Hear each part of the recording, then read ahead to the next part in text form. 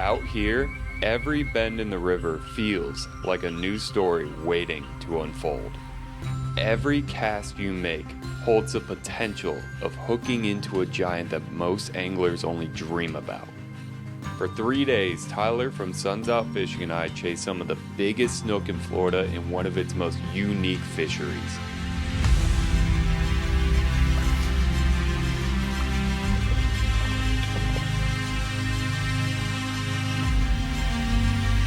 Is he going for it? Oh!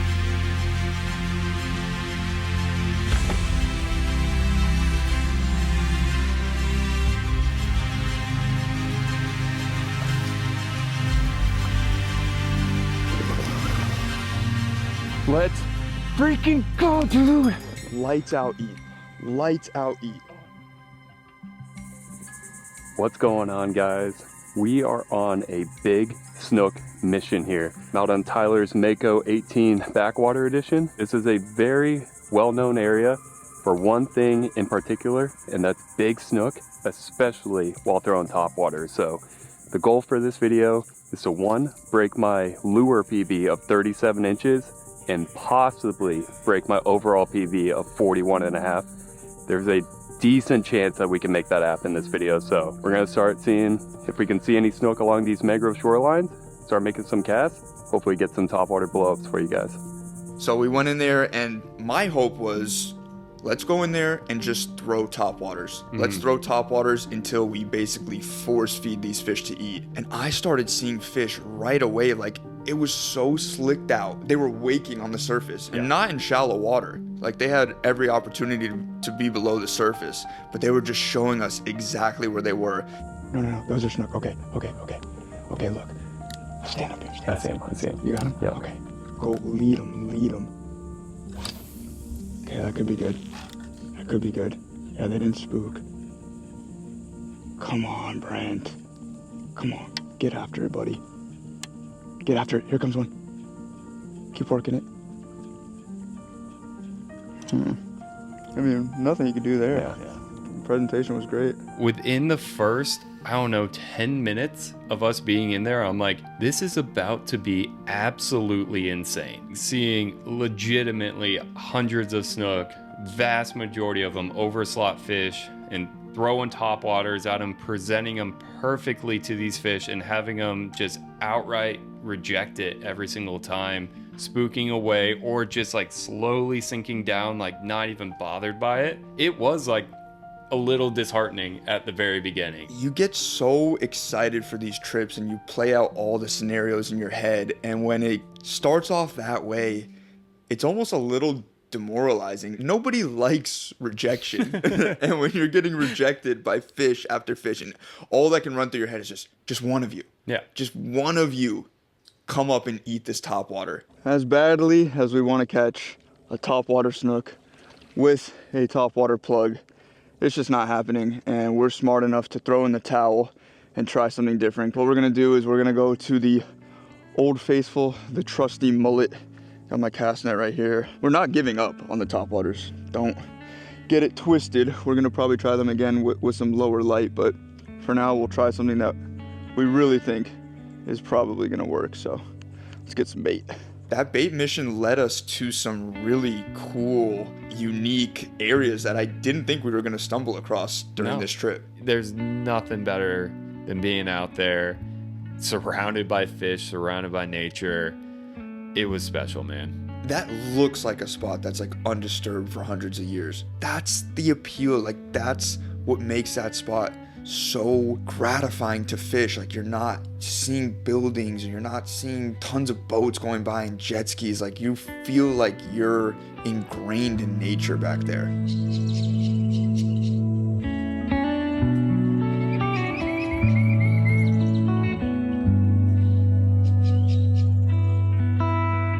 We spent so much time looking for bait and almost kind of getting lost out there in that river. By the time we made it back to where we were seeing all these fish in the morning, it was almost too late. When the tide is correct, the fish are everywhere. And when it falls too much, they just disappear. We tried finding them in deep water. We tried finding them in skinny water. The smartest thing to do at that point is to regroup and then maybe do something different and come back when there's enough water for those fish to be out and about once again. All right, guys, we tried the topwater snook for a couple hours this morning. We even went and cast netted some live mullet. We're at the tail end of the outgoing tide now. We're actually about to go get lunch, but we came across this bridge, and Tyler's had success here in the past. So we showed up here, and while I was rigging up, Tyler actually caught the biggest Goliath I've ever seen someone catch on artificial. So if you want to see that, make sure you check out his channel. But I just rigged up a little 1/2 ounce jig head. This is the Wedding Crasher mulligan, my custom color right here. We're going to be bouncing this on the bottom around these pilings, see if we can get bit.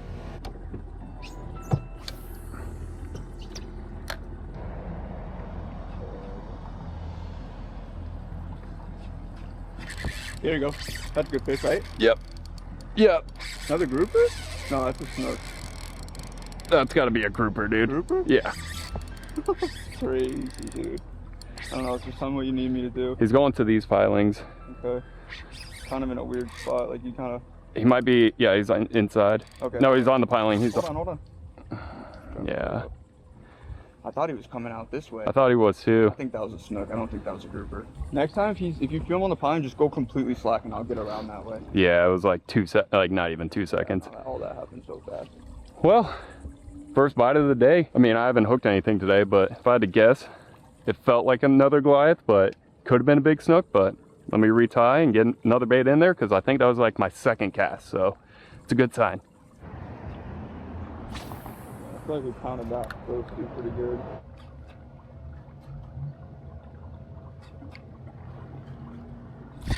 Right here. Nice snook, nice Yep. snook. Yep. Hold on. Dude, chill. Yep. Play him easy now. Yep. Play him easy. There we go. There we go. Woo! Dude, he ate so close to the boat. Yeah. There we go. Yeah, he is. Good fish. Come on. Spot fish probably. Come on up.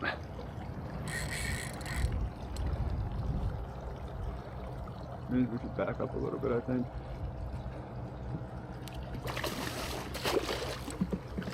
Nice, dude. That was a tough net. Yeah, it was. Hey, thanks, dude. Good job, my man. First snook of the day. Nice jig fish. Hey, Yeah. not a topwater fish, but Yeah, I will take that though. first snook for this video. It's always so cool to be able to get them on artificial. Like, yes, to throw mullet or live bait is one thing, but to be able to get that fish on the Salt Strong mulligan right there, the Wedding Crasher color, that is fun, dude. That's a perfect slot size fish right Perfect there too. spot. What do you think, 29? Yeah, 29, 30 around there, but super healthy fish. Right here on this bridge. You got that Goliath, now we got the snook. Right there. 31? Yep, right at 31. Nice fish, man. Yeah, that is cool right there. Came over to this coast to try and get some big snook, and that is a good start right there. Wish we could have got some of the big ones we saw this morning, but like I said, I'm not gonna complain with a fish like that, especially on artificial. That is sick. Head in the current, give them a couple of wiggles. Don't think about the bull sharks that live here. No, splash me right in my mouth too, dude. That's sick, dude. Hey, let's try and get that bigger one you keep promising. Yeah.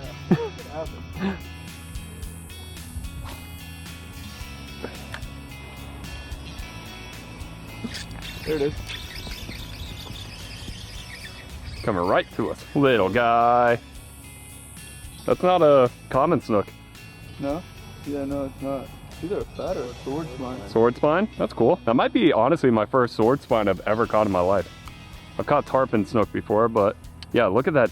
That anal fin is so long. I see why they get their name right there. It's definitely not a common. It's either a fat or a sword spine. Sword That's spine cool. is way more rare. Yeah. Really cool. Well, if you guys know exactly what kind of snook that is, please leave a comment down below. We think it's a sword spine, maybe a tarpon, maybe a fat, but definitely not a common. Get a release on them. See ya, dude. So we pull up in the afternoon on day one, and it's immediately evident we're not going to see the same numbers of fish. Yeah.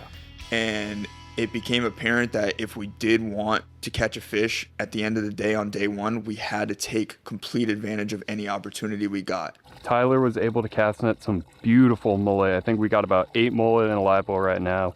We're back in the zone where we saw a ton of snook on the surface this morning, so they didn't want to hit topwater. Let's see if they want to hit a live bait. Oh, I see him. Don't let your line hit his back. Stop it there.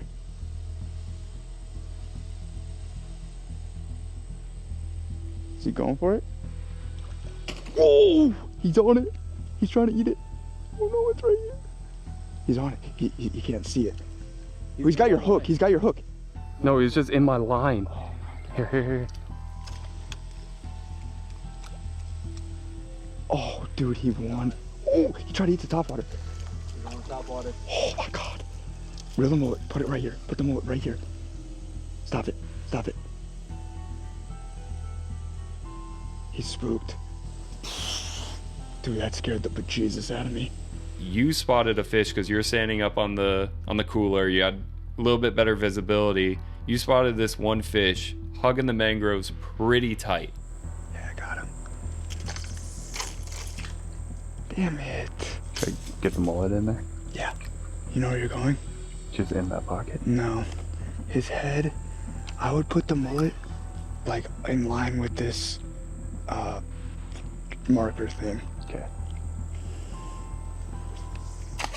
Perfect. Let it sit. Let it sit. Oh, he's on it. Oh. Come on, eat it, eat it, eat it. He's looking for it. Just let it chill. Pull it back out here a little. Oh, come on, baby. You got eyes on him? No, I don't. Doesn't mean he's not just below it. Oh my God. Get out of there. Leave it right there. He's got it. Hit him. Frank. Got him. He's throwing motor. Get on him. Yep. Go. You're good. Get. It's right here. Down. Yep. Oh, wow. Good job, Brent. Oh. There we go.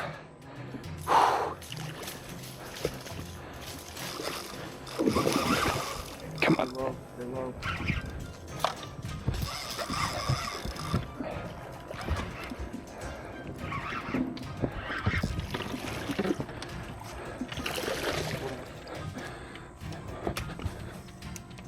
Lots it down.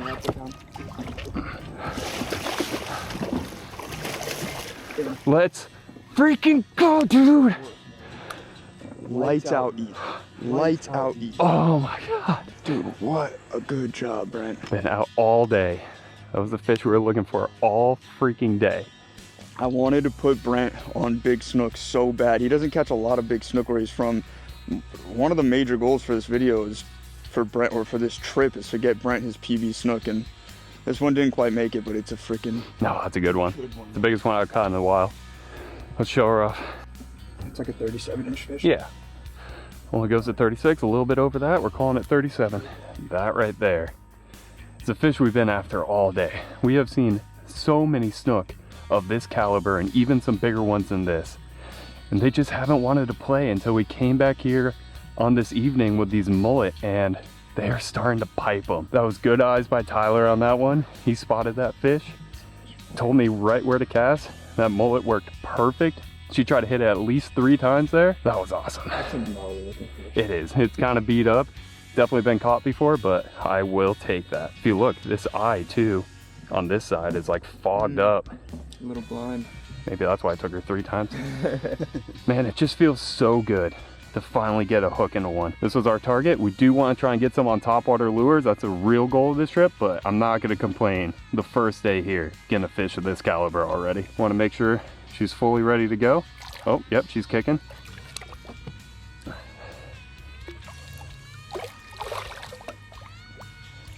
Come on. There she goes. See ya, dude. Dude, thank you.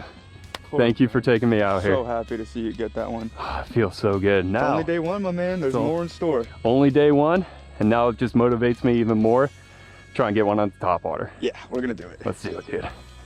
It was a grind of a day, and day one typically is, we learned a lot. I knew going into day 2, the morning was probably going to be where it was at. We had the right tide. We had a couple of mullet left over. We kind of knew at one point or another of the day the weather was going to be an issue. We still decided, like, you know what? Let's go out. If we get ran off the water, we get ran off the water. We just knew that morning was right when we saw the vast majority of those fish right in that zone. When we pulled into the river, that might be the most snook I have ever seen in that tight of an area in my life. There's probably 15 to 20 fish, all faces in the current. And one of those fish, the one sitting right on the outside, was the biggest snook I've ever seen in my entire life. No BS, I honestly think that fish was around 47 inches. It was surrounded by fish in the upper 30s and possibly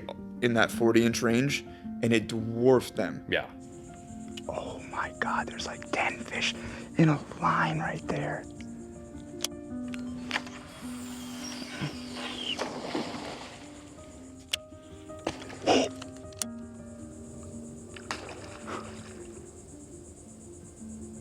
You got it.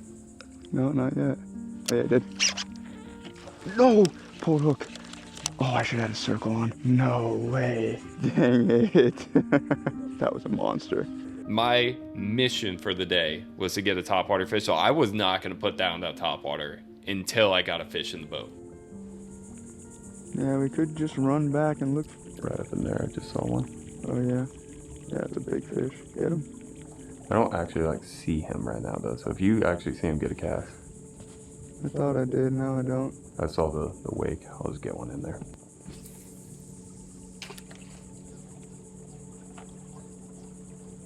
Oh!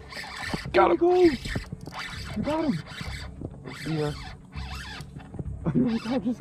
I'll pull you out a little bit. Dude, let's go, Brent. You're on fire, buddy. There we go.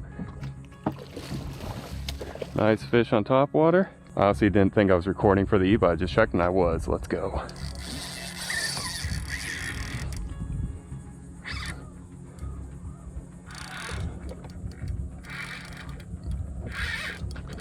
Come on, dude. There we go.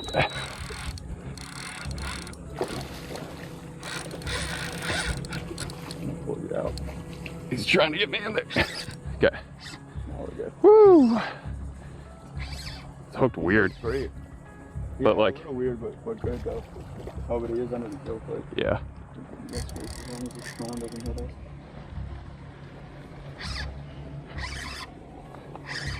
Here it comes.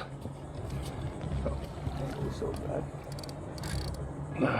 You love to spike fish straight up and down. Apparently.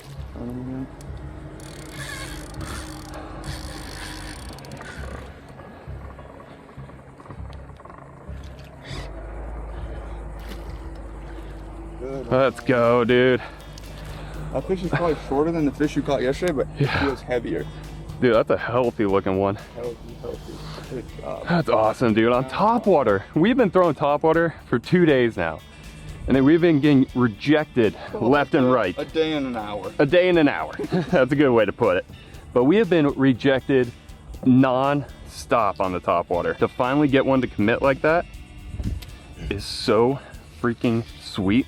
Nice fish, man. Got him on that Yoziri hydro pencil, right? That's what it's called? Yeah. That all white right there.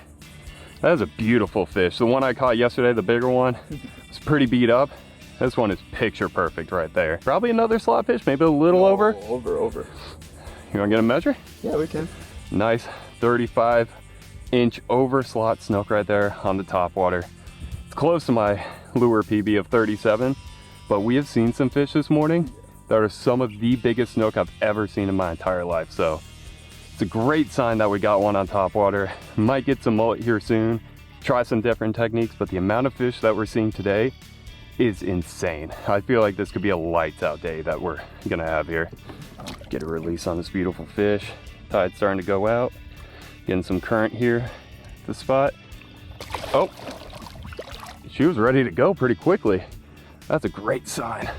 Dude, we got one on top water. That was fun. Oh, dude. All right, now let's try and break that 37 PB. Let's get that 45 that we saw. That'd be sick too.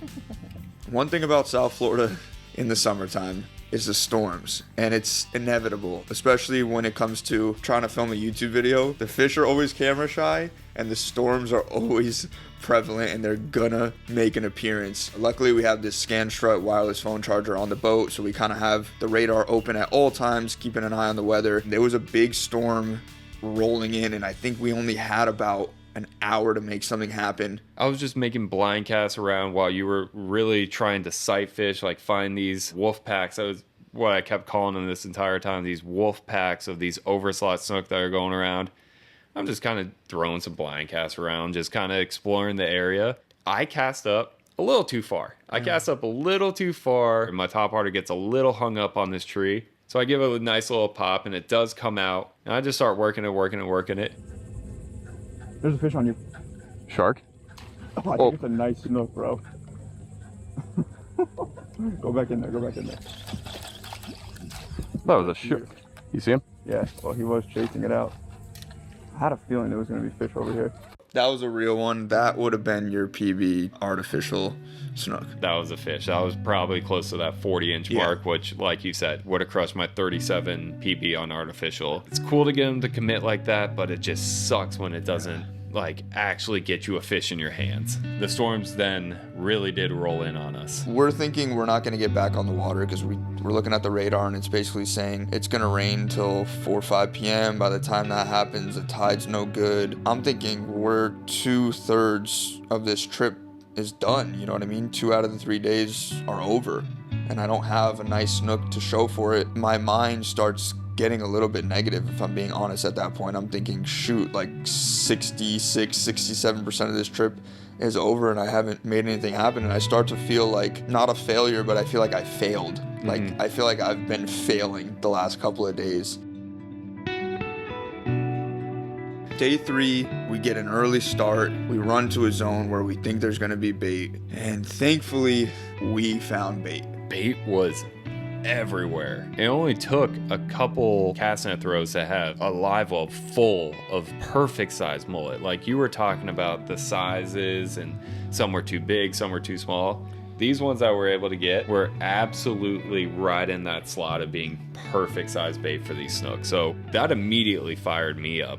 We have the best bait available to us. We have the best tide, overcast, rainy weather. Everything felt so fishy. Just like day 1 and day 2, the fish show zero interest for the first 2.5 hours of fishing. You go through these different roller coasters of emotions going into a day, because you go in with high hopes, high expectations of the day. If your first goal is to get bait like it was this morning, then we got that easily. And I'm like, all right, check it off the list. At some points of this trip, like that was kind of the hard part. So to do that relatively easily, I'm like, all right, perfect. We're going to get back in that area with fresh bait that we had caught that day, early in the morning, when we had seen the vast majority of the fish throughout this entire trip. So I was going from such a high, being like, all right, maybe this is it. Maybe this was the change. Like we need to be back there early with these fresh mullet, and just those rejections after rejections. I was like, man, like, is this just gonna happen again? We both had a mullet on, and I was also thinking, I didn't tell you out loud, I'm like, this is the move. Let's both do what's gonna probably maximize our odds of somebody catching something. Let's come down the middle of this cove, and I'll pitch at fish on the left, and you pitch at fish on the right, and we kind of shared the zone. I did see a fish cruising the mangrove shoreline. Not like a huge fish, like probably another like 34, 35. I pitch at him a couple times. He shows zero interest, and he kind of like ducks back into the mangroves. I was like, I'm gonna get one more cast in on him, and I tossed my mullet in and went a little bit too far, and my line was just kind of barely hanging over a branch, almost like my bait was kind of kite fishing, just kind of swimming all pretty right there. I was just like, something in my head was like, I'm just gonna leave it there. It was probably like 20-30 seconds. It was just kind of sitting there, just kind of twirling on the surface, and out from the shadows from underneath the mangroves, all I see is this head. He's on me. Oh, it's a big fish, bro. No! He's on it. No! Come back. come back. He's come back. He's come back. He's come back. Oh my God, buddy. Got him.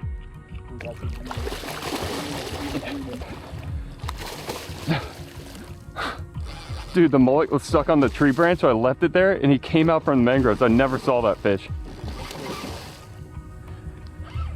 I'm pulling you away from the mangrove. Lay out a little bit out there. Come on. Run. Don't just stand here. There we go. Trying to get me in the mangroves, but I like our positioning. Come to the back. Good real one, dude. Come on. 8 at once. He's coming to this side. Yeah, I knew he was going to do it. There's a little shark on him. Do I have to worry about that? Okay.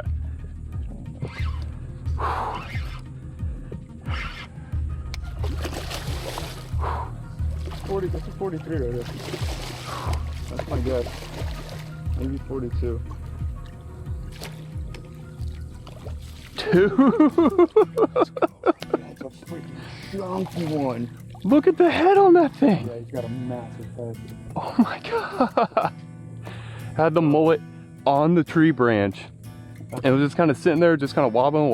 And all of a sudden I see this head come out from underneath the mangroves and start stalking it. Is that my PB? We're gonna measure it, but it's a big fish, man. That's a huge fish. Well, your thing only goes to 40 or 36. Right, do you have a tape with you? No. He's a leader. Grab some 15, nose to tail, cut it.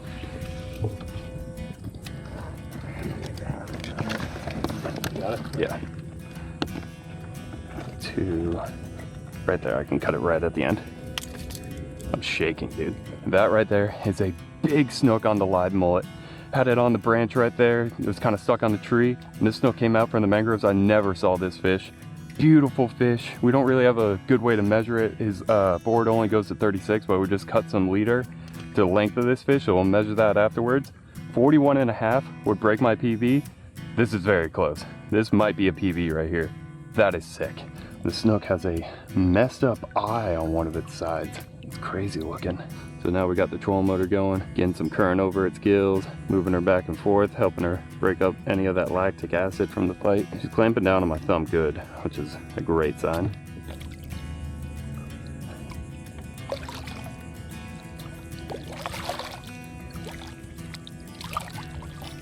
See you, dude. There she goes.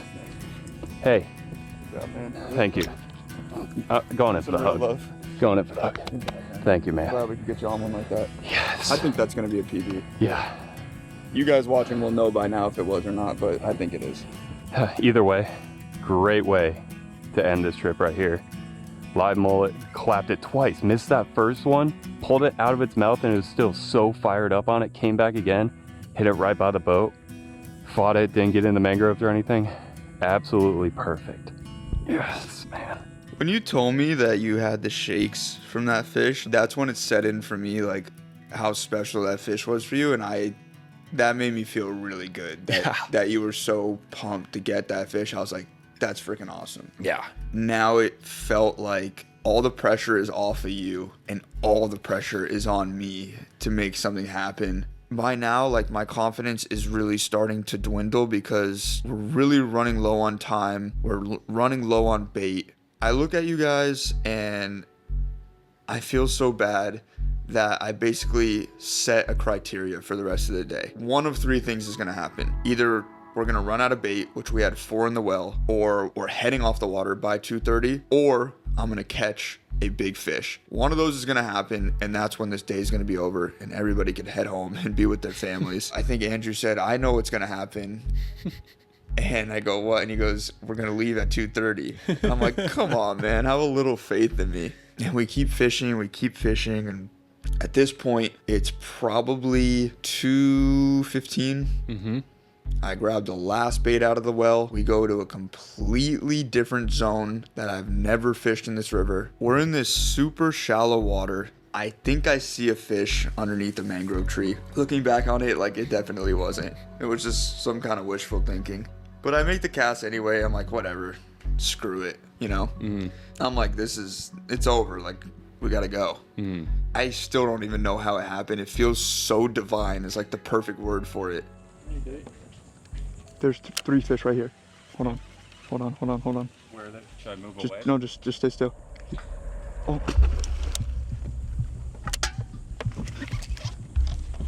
Hooked up. Nice fish. Oh. Back on the drag a little. Oh my God. That was insane, dude. I thought I saw a fish under that tree. Oh, what's up with these fish coming right under the boat? Hold on, he's not ready yet. Oh my God. Brent.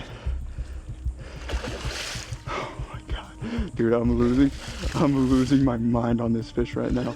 Come on. I am so nervous to catch this fish. Hold on, just relax. Come on. Just relax. You're making me nervous.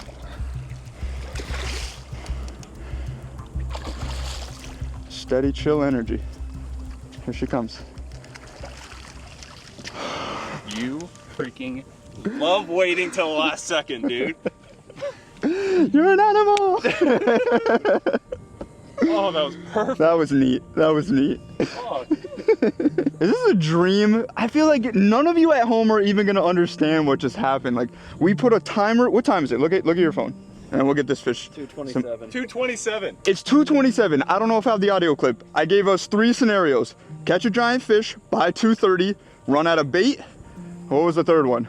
It was either catch a giant fish and we go home, fish till 2:30, and if 2:30 hits, we go home, or run out of bait. That was the last bait. It's 2:27, and we got the giant fish. We basically did all 3 things. It was the most storybook ending you could write. It does sound fake, and it's like, it was so genuinely real. It was like that quote-unquote hero's journey where you go through all this trial and tribulation and this struggle, and for it to culminate with a fish like that. And the best part about it was I got to get out of the boat with that fish. We had her out of the water for 15-20 seconds, and I was like, let's just get her right back in the water. Let me just actually get in the water with this fish, enjoy this fish in her home, in her environment. It sounds corny, but like, you set a goal and you go out there and like, you make it happen, and just don't give up. Like, you never know, like, until the fat lady sings, Till that alarm goes off. it ain't over. Like, just keep trying.